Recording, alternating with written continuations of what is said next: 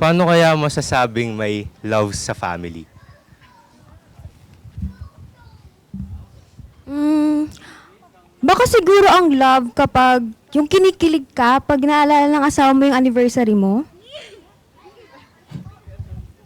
O kaya, pag may bago kang car, beep beep!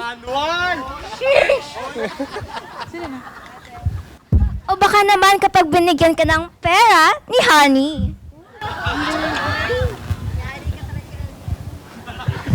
Alam nyo mga kapatid, 1,000 years ago, God teach us how to love. 1,000 years ago, pinakita niya sa atin yung greatest love. And sabi nga sa John 3:16, ito yung greatest love. For God so loved the world that He gave His only begotten Son, that whosoever believes in Him will not perish but have an everlasting life. Ayun yung explanation sa love. Ang love comes with sacrifice. Hindi ka pwedeng mag-love. Hindi mo pwedeng mahalin ng isang tao kung walang sacrifice. And ayun yung tinuro ni Lord sa atin.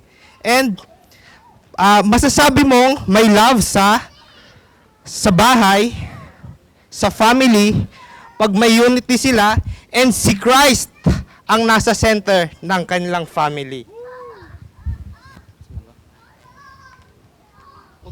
May pag-asa bang masira ang family kung si Jesus ang center nito?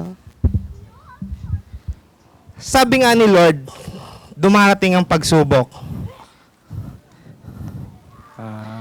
Ang enemy comes to steal, kill, and destroy.